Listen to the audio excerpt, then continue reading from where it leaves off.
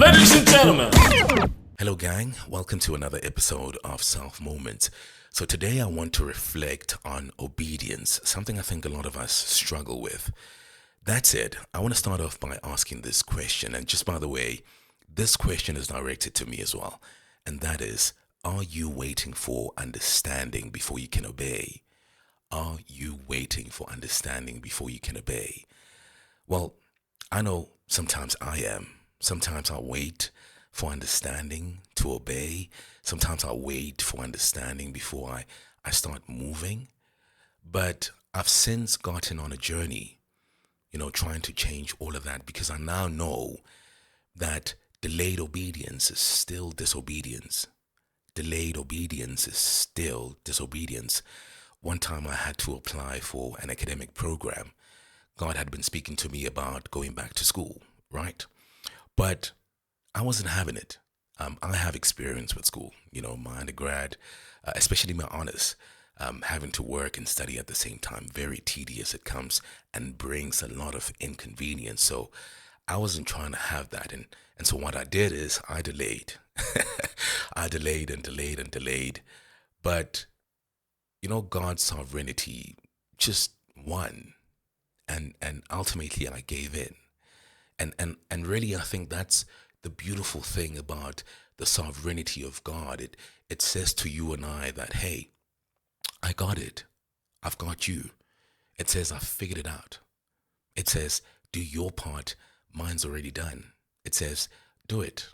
Whatever it is, do it. Even when you don't feel like it, chase those dreams. Even when you are fearful, even when you are scared, even when you can feel the imposter syndrome, even when you can sense the fear of the unknown, it says, do it. That is the beautiful thing about the sovereignty of God. It says, do it. I've got you. I've got you covered. And so, like I said, I gave in. Recently, I've been reading about the many stories of Abraham. One in particular, the one about his son Isaac, right? What was supposed to be him being sacrificed. That story teaches you and I about obedience. In fact, it teaches you and I about immediate obedience. Because when you think about it, the gap between God giving Abraham the test and Abraham writing that test was very short. In fact, the Bible says early the next morning. It doesn't say 5 days later, 10 days later, a week later. It doesn't say a month later, 6 months later, a year later. It says early the next morning, Abraham got up and loaded his donkey. So God spoke today. Now, early the next morning, he got up and loaded his donkey. He obeyed. Right? Immediate obedience. That story blows me away because I'm just like, I want to be like that.